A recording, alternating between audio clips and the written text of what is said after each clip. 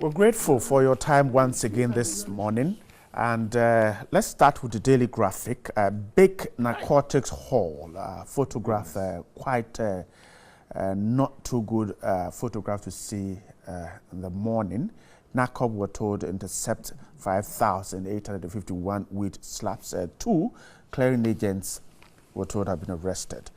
Also on the front page of the Daily Graphic, CD will regain strength in 2 weeks. The finance minister suggesting there, and the University of Education issue, UTAG is asking the Vice Chancellor to resign.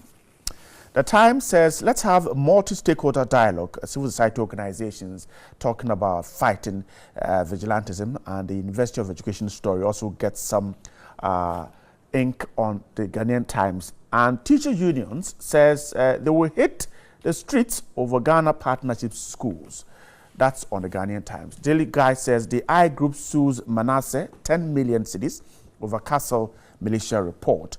And the death of the late Professor Kwabena Nketia also announced on the Daily Guide this morning. My girls do the talking this morning.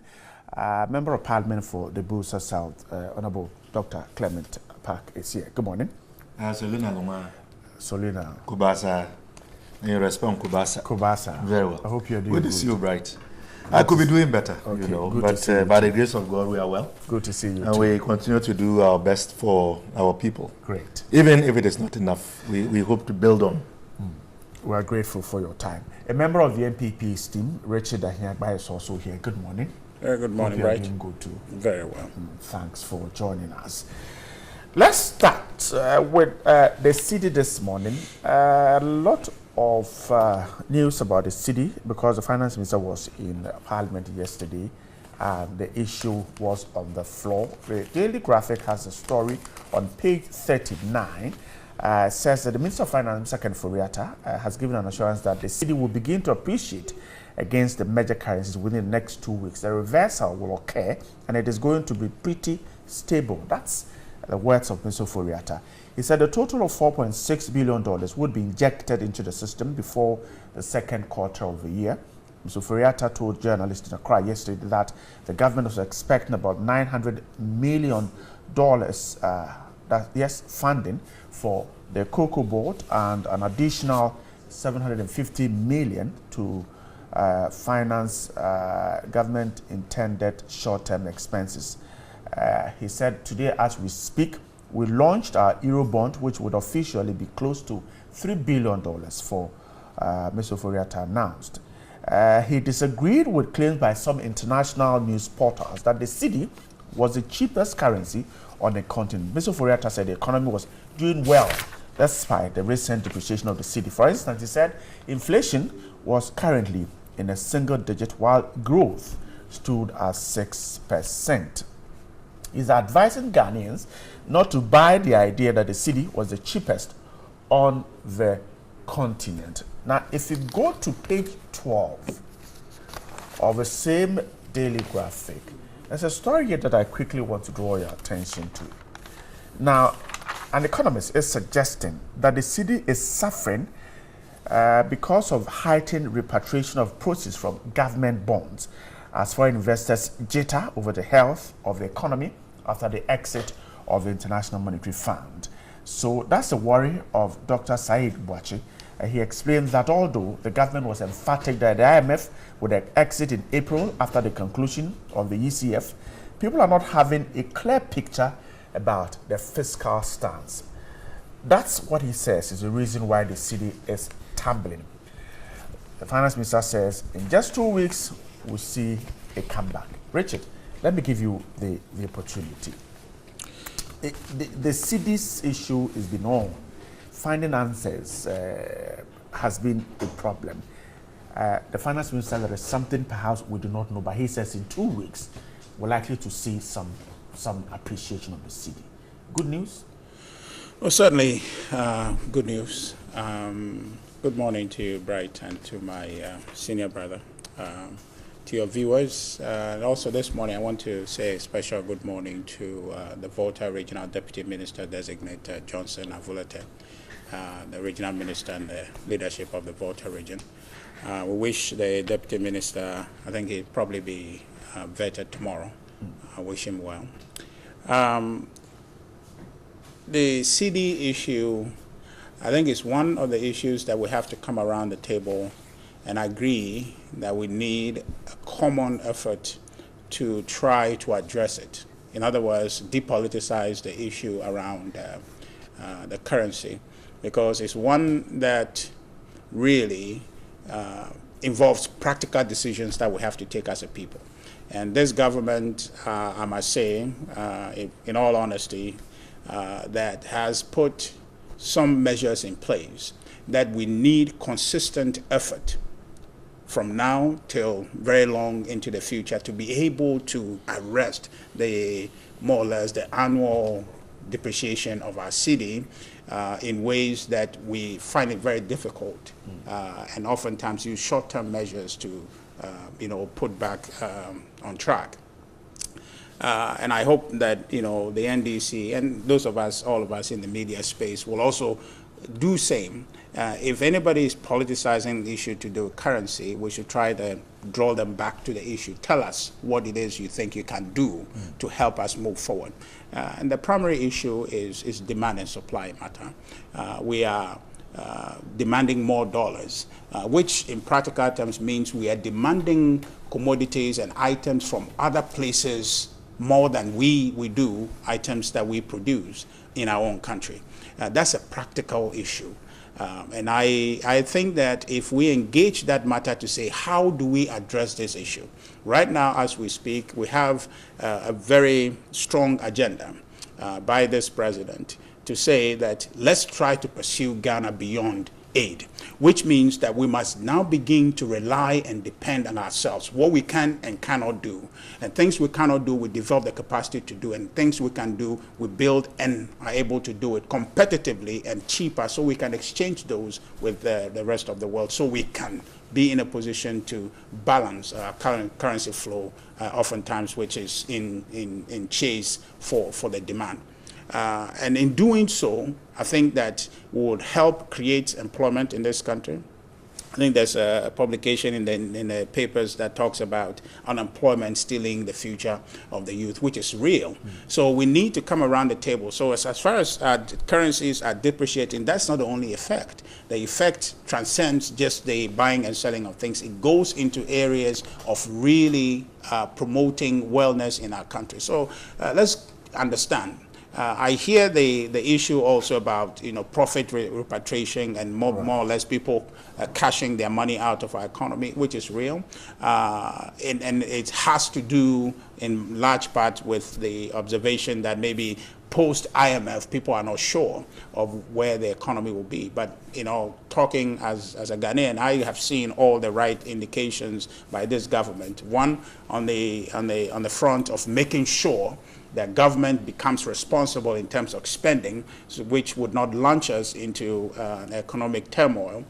That, for me, is a security to know that the economy is headed in the right direction, even post-IMF, that will continue to be fiscally disciplined, be responsible in ways that would allow the economy to grow. But the key we need to work around is how do we grow the economy internally? And this means that we should not joke around with the issue of one district, one factory anymore. We should not politicize. We should not just sit in studios and have people say, oh, show me. No, let's begin to apply pressure. If we think government is not doing enough, or if we think people are not seeing the opportunities out there enough, let's begin to point out. I think one thing we can put pressure on government to do, and mostly the individuals responsible for the one district, one factory, is to go out there, engage people, try to create the environment that we plan to create with the one district, one factory idea to ensure that more people come on board. I know a number of people who have the ideas to invest in certain areas of the economy. We need to find ways that the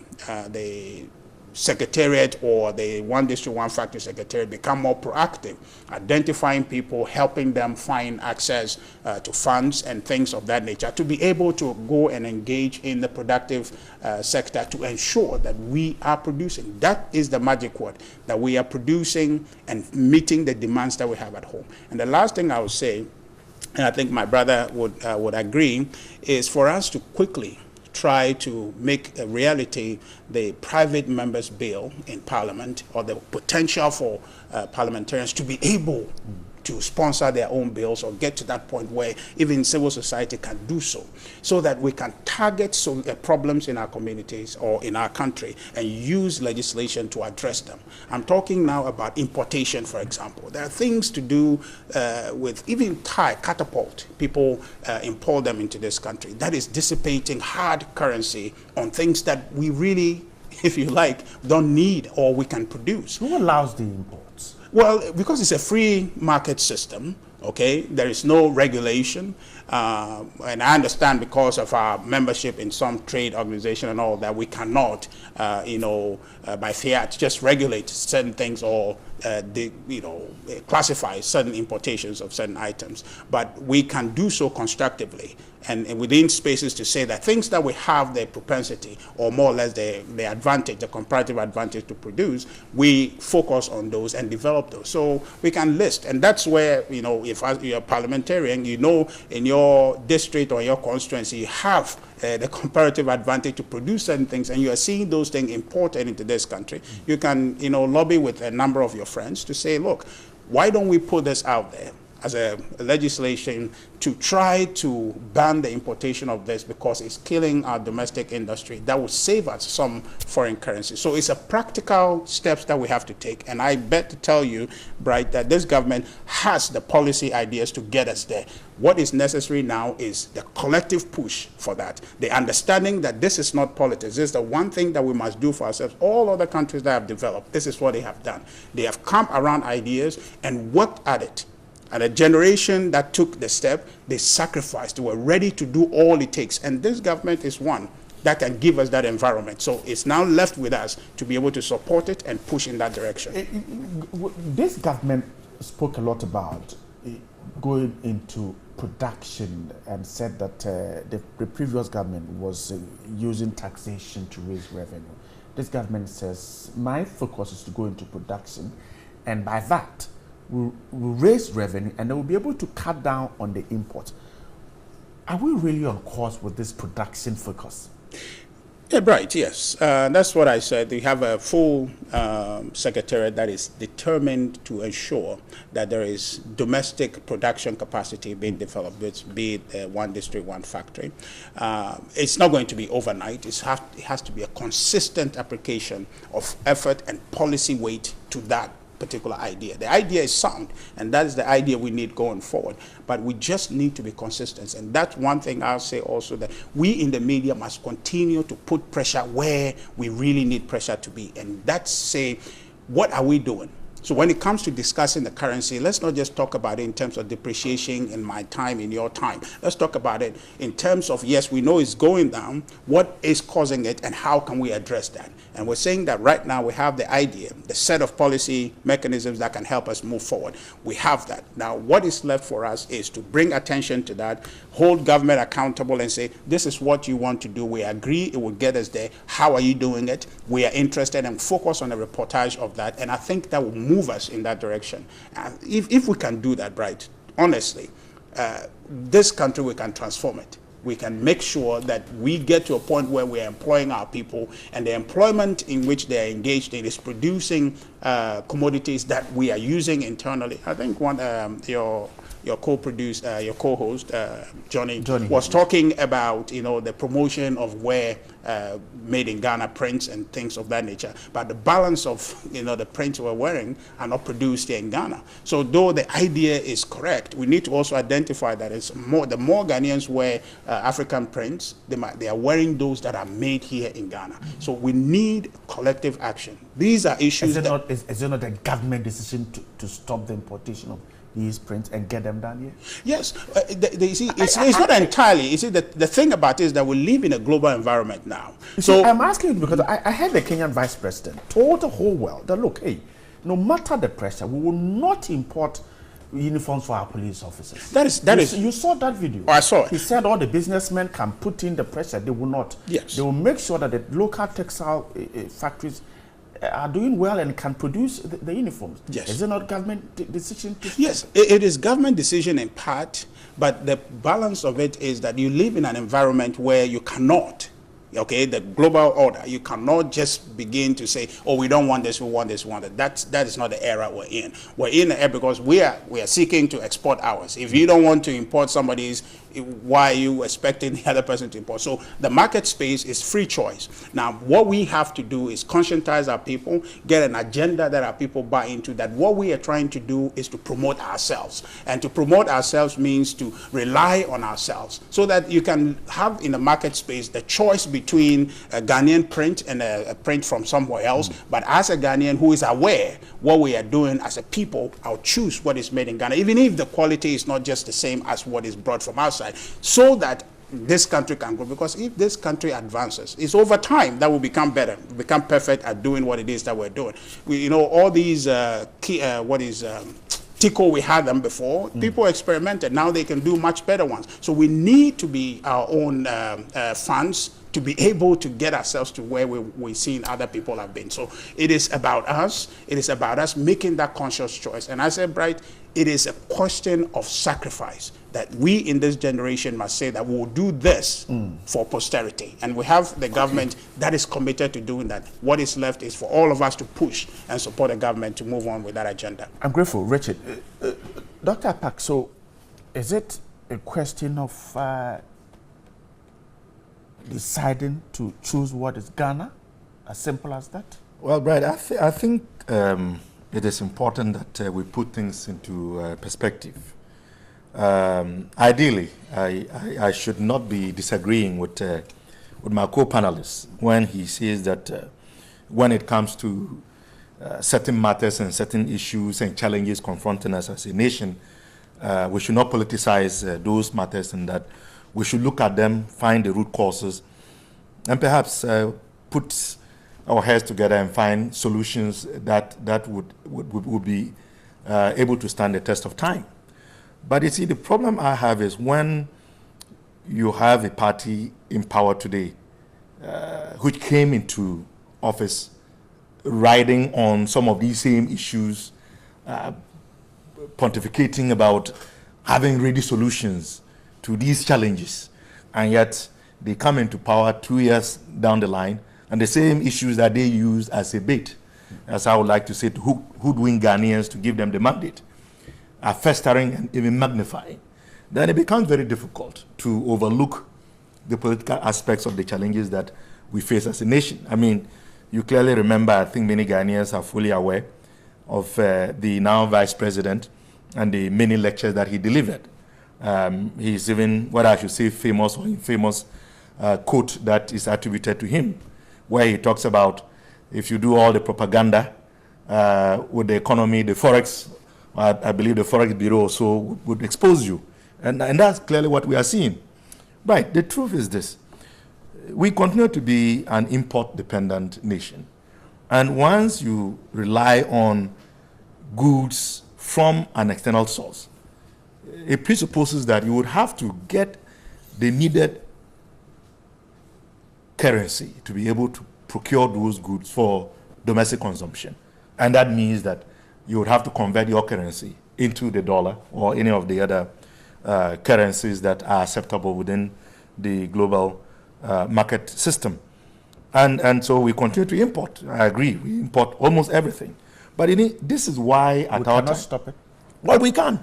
And we have to put in place pragmatic steps, programs of action to address this. If you remember, when we see these programs? Well, they say they are trying, and he did mention the issue of one district, one factory. And we all agree that if indeed government is able to actualize this, it certainly would have a benefit to us, because we would be able to produce most of what we need and perhaps even have excess to export, which will even then bring us more revenue to take care of some of our other challenges. But the truth is this: the one district, one factory policy is not being implemented the way that we were all made to believe. As I speak to you as a member of parliament for Bulsa South and from the Upper East region, the last time that this issue came up on the floor of parliament, whereupon the Minister for Trade was invited to speak about, where the factories were being set up and at what stages of completion they had reached, Indeed, he had said that in all of Upper East region, not even a single business promoter had shown an interest in establishing a factory in the Upper East region, let alone my constituency of Busa South. So, yes, it is a policy that government has introduced, but is it being implemented in a way that will give it effect as part of the avenues through which we can produce what we need, as she said, and I agree, create employment opportunities and to ensure that our dependence on imports are reduced? I mean, why should we be importing tomato paste? Why should we be importing toothpicks? Even why should we be importing cow legs? Why are we still importing sugar? These are produce that I believe we have the comparative advantage in producing. I mean, everyone knows that, in almost every part of this country you go to, the land is good enough to cultivate almost any type of crop that you want. We can even cultivate wheat. Rice, should I even mention that coming from Busa South, the famous Fumbisi Valley located in Bedembilisi and many others. We can do all of these things, but are we prepared to do them? This is the issue. Are we prepared to motivate the private sector and give them the needed tools and accoutrements and create the enabling environment for them to do this for us? Because they have said, when we quizzed them about the one district, one factory policy, after we saw that they were beginning to change the narrative in the way it was supposed to be done, that this was not going to be a policy to be implemented solely by government. They were going to do it in partnership with the private sector. Now, as we sit, and I speak about the challenges that we are facing in Upper East and in Busa South, the fact that there is no business promoter showing interest. That presupposes that government has not done enough to create the conducive environment for the private individual to invest in that part of the country and in that part of the constituency. And look, the Association of Ghana Industries continues to complain. And I believe that if we are talking about the city and its poor performance as we speak, their worries are even going to be exacerbated, because they certainly would have to put in a lot more resources to get what they need, even if it is to run their existing factories, let alone to look at establishing new ones. And of course, one village, one dam. Good idea. And I would benefit from that. Many Ghanaians would benefit from that. It is not only about the dams, if they were to be constructed, giving the people an alternative, and if you like, a reliable year-round opportunity to engage in farming. But it would also provide them employment opportunities and would even reduce the rural-urban migration. I mean, people from where I come from, we have only one rainy season. So after the recognized rainy season is over, there's usually not a lot more economic activity, and therefore they are compelled to migrate to the southern parts of this country to engage in what many of us consider menial jobs, just to survive and to make up for the time that they are not able to engage in their traditional mode of, economic activity, which is farming. But as I speak to you now as well, I mean, ask your reporters to check around to find out, 2 years down the line, how many dams have been constructed. And in fact, those that have been constructed have turned out to be dugouts, which are not even sufficient for the purpose for which we were told they were going to be done. Dugouts cannot be used for irrigation purposes. By and large, they can be used to water animals and perhaps some backyard garden, but not the type that we expected to be done to serve as another avenue to ensure that we are able to produce what we need to feed our local population and to even export, and perhaps even use some of those produce to feed factories that can be established in these parts of the country, so that we can retain much needed revenue and be able to have some very upliftment of the living standards of our people. So we face a serious challenge as a nation. And that was why, if you remember, under the John Mahama government, NDC, when we were beginning to feel that we needed to take some bold and drastic measures, we had to constitute a big forum, which was held in Senchi, to develop what we believed and still do was a roadmap to addressing the challenges that we had. We invited our brothers on the other side. You remember they chose not to attend. down the line as we speak today, the very same issues that confronted us when we were in government, for which reason we saw the need to invite Ghanaians from all walks of life as stakeholders to come and dialogue for us to map out how to address these issues, are the issues that we are confronted with today.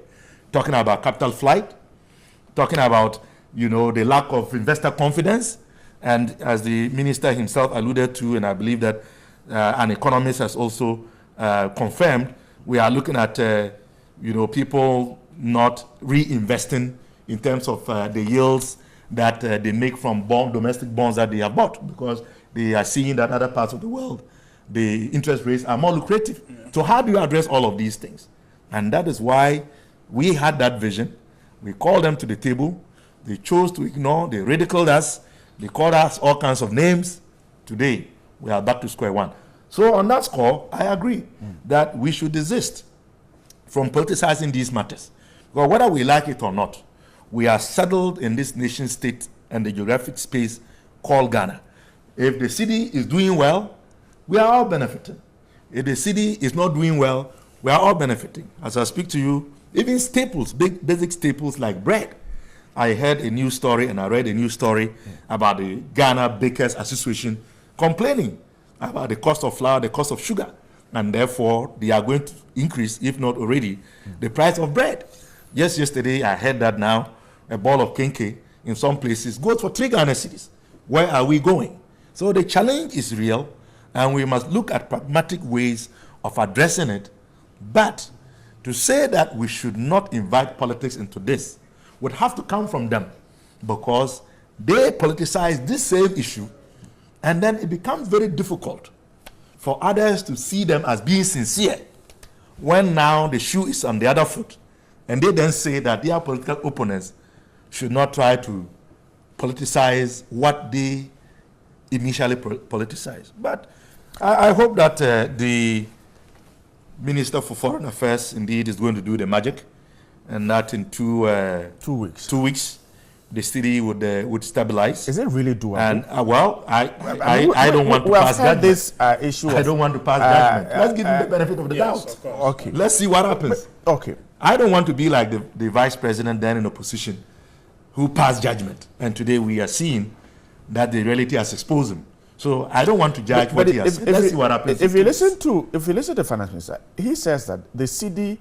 is not doing well, but he is saying that the economy's fundamentals are good.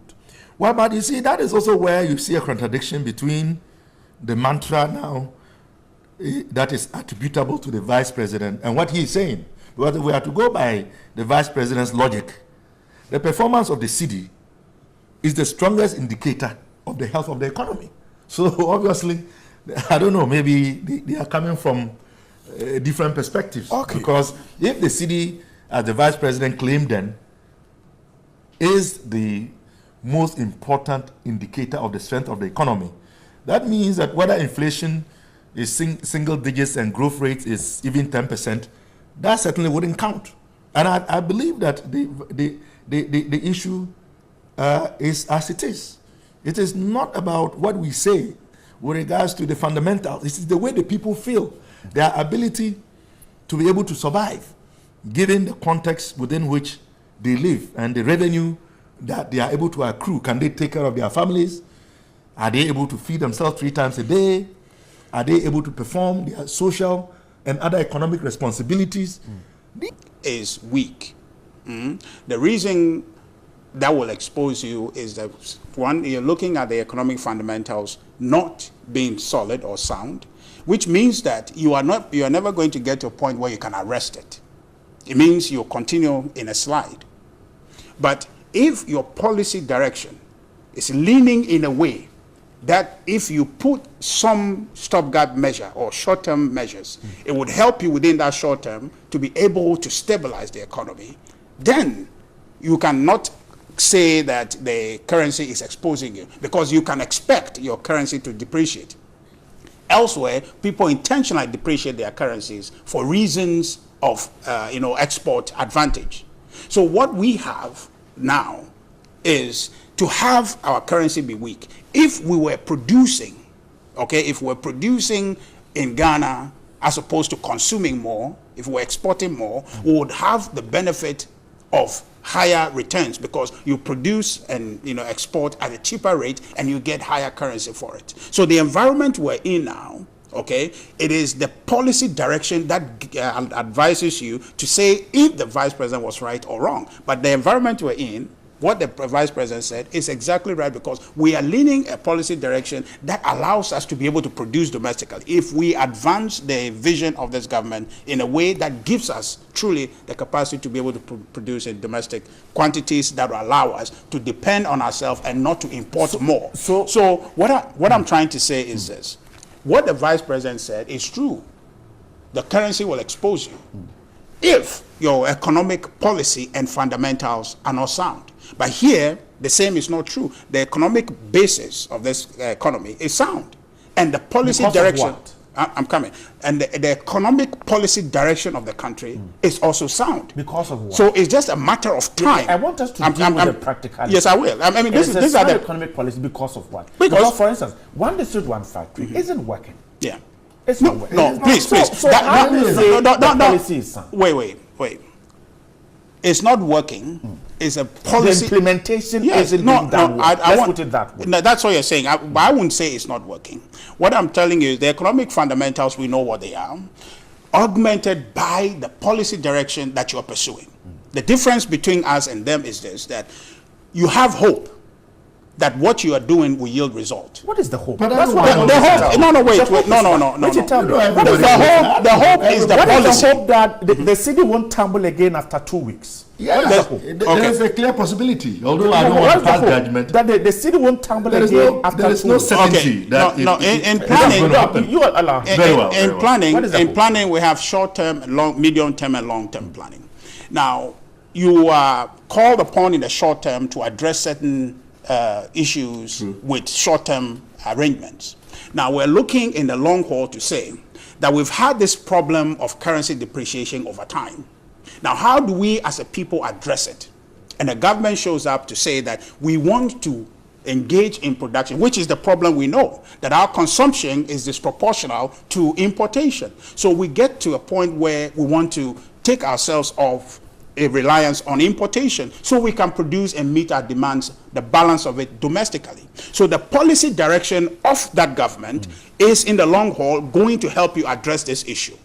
But it doesn't mean that the short-term impact or the short-term occurrence of the problem will not happen. So where we are leaning toward is this, that we are planning and working, advancing this policy to get to a point where this issue will not happen in the medium and long term. Cutting down imports. And the policy of doing so, and see, that's you see, right. I've heard this since '92. I mean, every government has said that one way to strengthen this economy is to cut down on import, and yet 27 years on, it's the same thing. Right. You heard me come and talk. There's no manifesto from since '92 that doesn't have the need to cut down on how much we import. Since 1992, how do we do it? We're just saying it. Yeah, right. Since 1992, our parliament and basically our constitution hasn't changed. Constitution is part of this problem. My brother here knows the problem.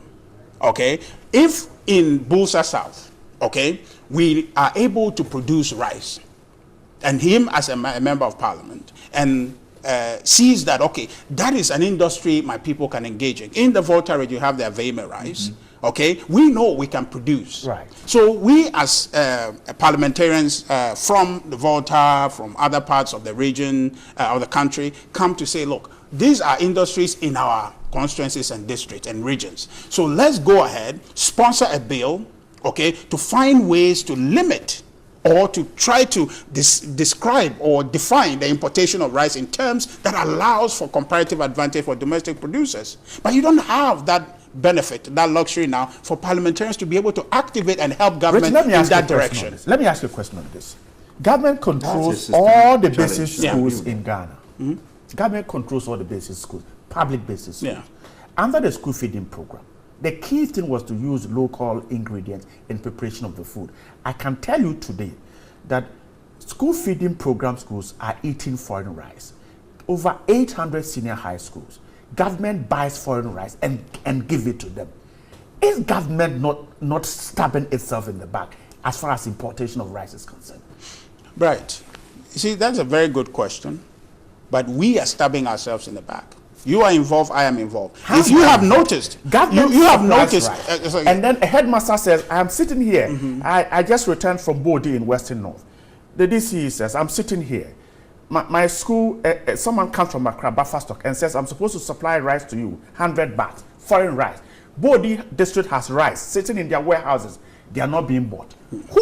How am I a factor if the person who's supposed to give the direction isn't doing it? Yes, you see, the governance, we know you guys are integrally involved in managing this economy, right? So you identified, I didn't know that we are supplying, foreign rice to our students. I don't know that. So now you know that. You need to highlight that.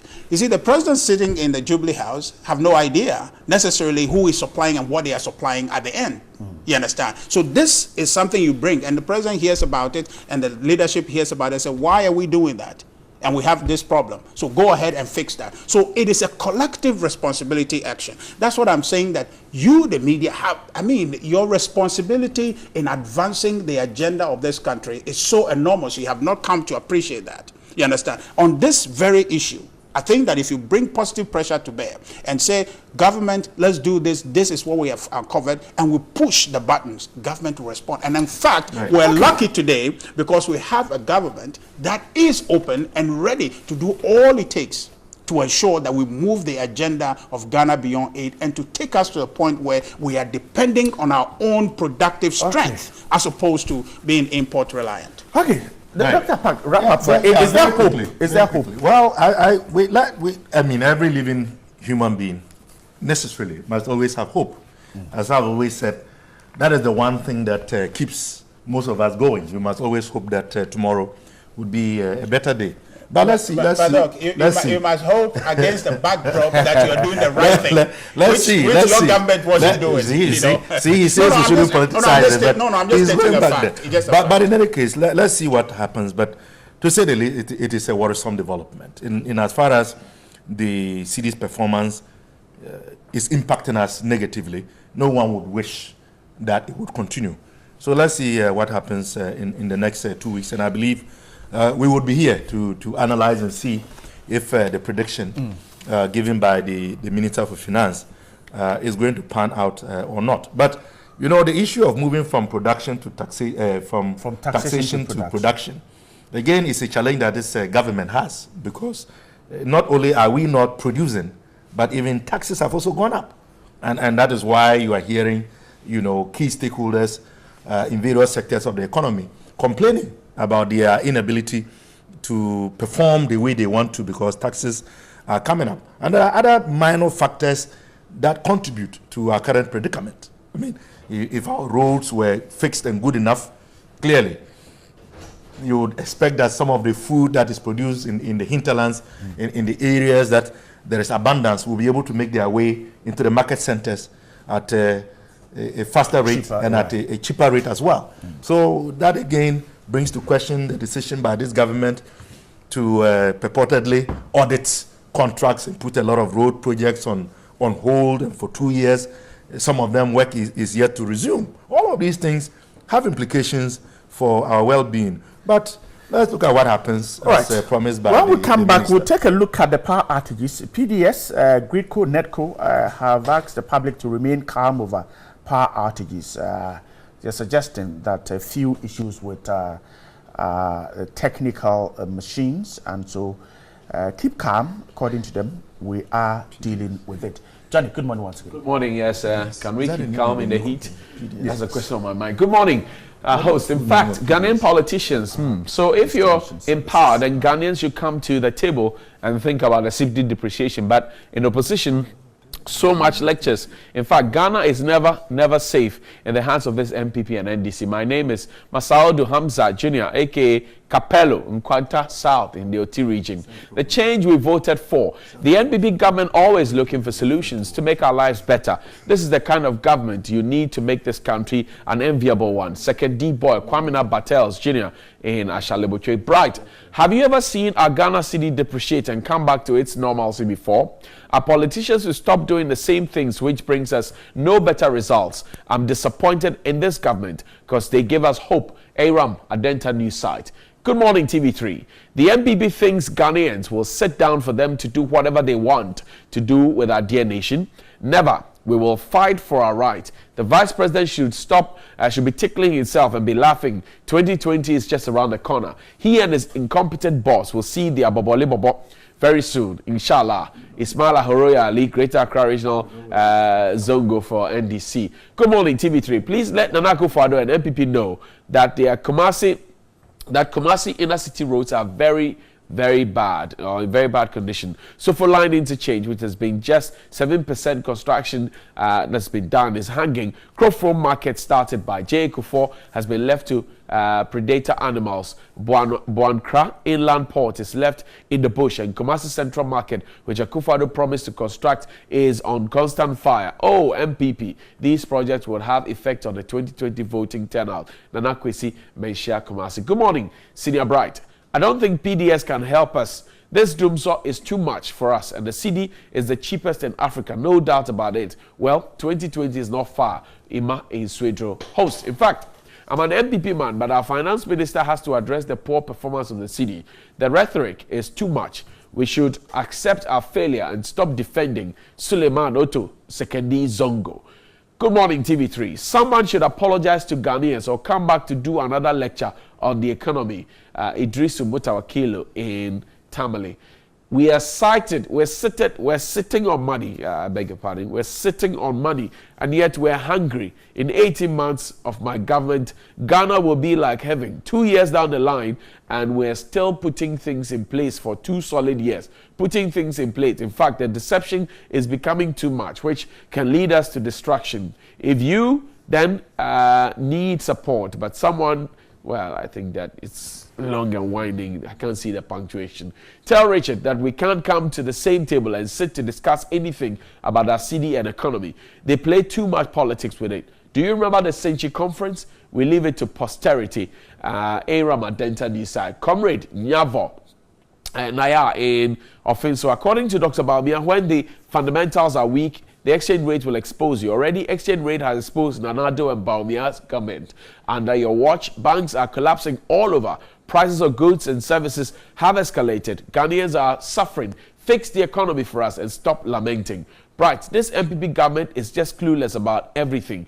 Common sense will tell you that if you use your dollars to import toothpick, rice, and rotten chicken, the cedi will go down. Most of the explanations are irrational. Kweku La Paz. AU Farouk in Tamale. The PDS has done nothing wrong concerning the Dumso. Is the act of this incompetence of the MPP Nana Addo's government. Good morning, TV3. The demonstration at UEW is being overhyped by journalists. Majority of students are not taking part of the demonstration. It's just one department involved in the demonstration. I fear for the future of Ghana because if the future teachers of Ghana can go around campus and empty all the bins on the ground just to litter the environment, all in the name of demonstrating, then I wonder the kind of persons we're bringing up as future leaders, future teachers from Winneba. Bright, textbook economics is structurally different from practical demand and supply dynamics. This government is a problem. Kofi Protocol. And the NDC must bear in mind that what affects the nose must also affect the eyes. That must weep for it. And the ruin of a nation begins in the home of its people. No one can solve this problem of ours better than ourselves. Alaji Napuni.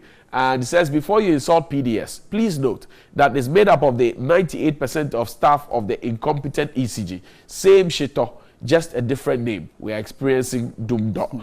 And well, if you went with it says, good morning. Right, my problem is Dr. Bawumia. Has he lost sight of the cedi? Is he not in touch with us as Ghanaians? Maybe you should play back his videos to him. No wonder I don't see or hear from him these days. The cedi is keeping him under house arrest. Tell Double and the CID to go and release Dr. Bawumia from Opush END. And from Teacher Constitution, I know the NDC are not ready to fight vigilantism Well, because they are born out of violence. If Dumsor is back, we should blame former President Mahama because immediately he declared his intention to contest election 2020, Dumsor started again. This clearly shows that former President Mahama eats, drinks, and baths with Dumsor. NDC in opposition forever. And finally, you resume management of our power supply, and soon after you welcome Ghanaians with Dumsor. What impression are you creating for yourselves? Why didn't you carry all the maintenance work, carry out all the maintenance work with ECG before taking over? The truth will expose you, people. God bless my incoming MP for Tamale Central Constituency, Ibrahim Mutala. And guess what Tilapia has got to show us this morning? It's talking about the antidote for Dumsor 2019. And there's it. Take a look at the cartoon.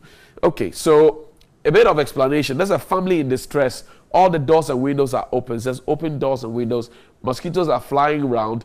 And I'm sure you recognize that mask from DSP Azugu, yeah? In case of mosquitoes, apply Azuguism theory. Tilapia certainly is a very bad boy. Right, thank you. Grateful Johnny is our cartoonist in-house cartoonist. Yes. I'd like to meet him. He's very creative. All right. Now, the power outages, quickly before we touch briefly on the University of Education, if we have time. The PDS, the new person or the new entity, Power Distribution Services, Gridco and Netco, are suggesting that we remain calm over what is happening. Perhaps they need to tighten up things first before they can settle down to real work. I guess that is the situation we're seeing ourselves in now. Yes, I think the PDS situation, well, we're calling it PDS because it's PDS, not ECG anymore. Right. Though we still have ECG in the mix. The explanation, I think they would have to, PDS and the other people upstream in the chain may have to devise ways of engaging Ghanaians, and maybe Minister of Energy. I'm very much the words of the minister is playing in my mind right now. How he plans to focus and make sure they deliver to the agreed KPIs and the parameters for the compact. I think that we have to put pressure on them when these things happen. They must inform the public exactly what has happened. They must not leave it, because really, as a government person and a member of the NPP, I feel that the truth is the balance of the blame comes to the doorstep of government. You understand? When in fact it's a technical for the lack of communication. When in fact it's a technical issue that these suppliers and providers must be able to explain. So we in government must begin to put pressure on them to come out and tell the people what is happening. And from what I have gathered so far, it was a situation to do with a power surge, which is not necessarily a lack of power to supply. Exactly, right. It's not that. So they need to come and tell us. And I think that going forward, appropriate government agencies must put that part of the issue going forward. Ghanaians deserve to know what's happening right now, not tomorrow, not 2 days after. And that's where we must go if we really want to ensure that our people are properly served. They're paying for their services, and they have the responsibility to give them information as and when it's needed. So I think this situation, I think, is a temporal thing. It's not something that is due to lack of power, but it's a structural distribution issue, and hopefully it will be fixed very soon for all of us. Yeah. Dr. Park, so the good news is that it is not a generating issue. We have enough, but taking them to where they are needed is the problem. Well, we are yet to verify that, because that is what they are saying. That's what PDS is saying. But we know, we've all been in this country before, we know.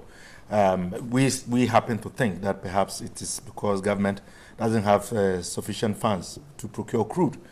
At least that is what our ranking member on the Mines and Energy Commission has said.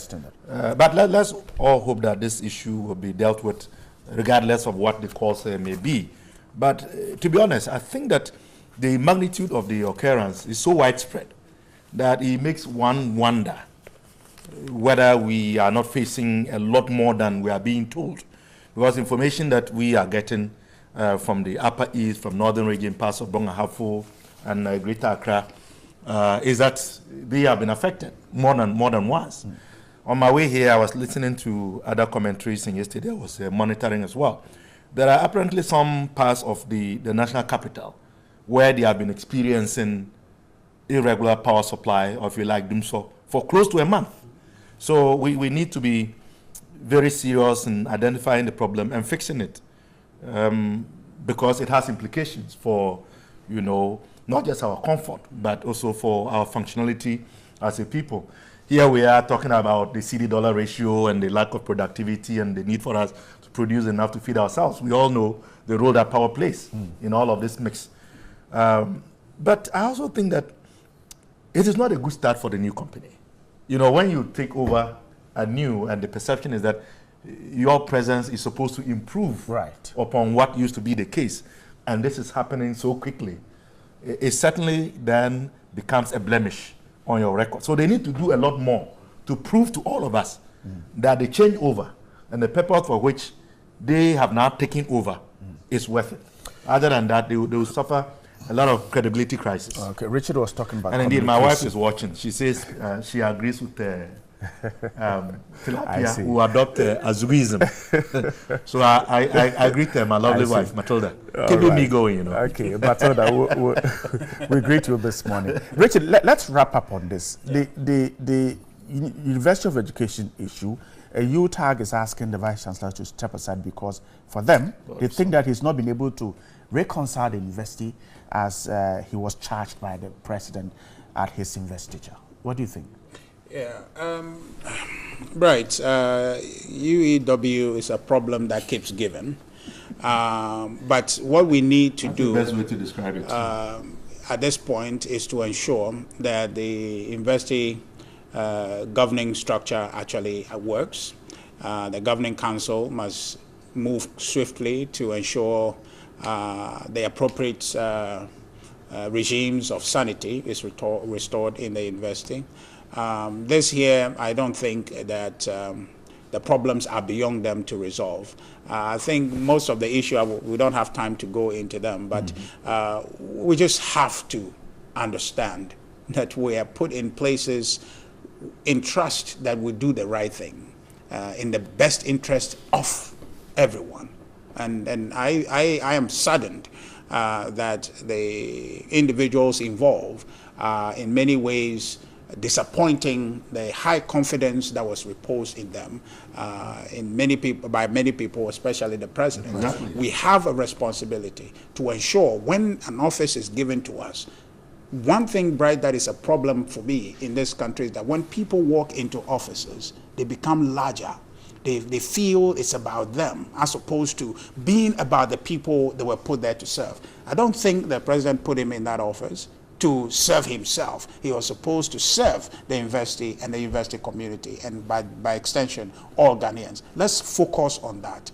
The continual, issue coming out from EEW is not good, and there must be a point where we draw the line and say this is enough. And I hope that the University Governing Council can do the right thing and ensure that that university runs in peace and the students go about their business. All right, Dr. Park. Yes, I would say that it's a very worrisome development, to say the least. I think by and large, I agree with the rendition narrated by my colleague here.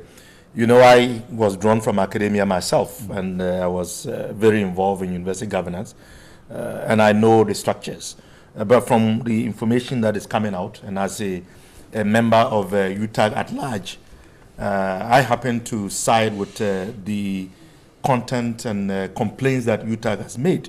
There are rules and regulations, the structures are there to be followed, and therefore it is not proper and right for anyone, regardless of the position you occupy, perhaps because of that position, you then try to use that as a basis of settling personal scores. And I think that this is a great disappointment to what the president had wished would be done. Because we all know how far issues went, what occurred, and the remedies that were being proffered. But as a new member of the Parliamentary Subcommittee on Education, right. I believe that it is important for the committee to also take a critical look at this issue, because there are some structural issues that are coming up as a result of what is going on. But all in all, we need stability to allow for teaching and learning to progress. At the end of the day, it is the students who are going to bear the brunt of this. But even so, we must make sure that there is fairness and equity. People shouldn't be punished because they have divergent opinions or do not agree. That is academia. Academia, you are supposed to have divergent opinions, argue the issues out, and agree to disagree. So I think that the right thing needs to be done, and those who know what to do should do that. Do it.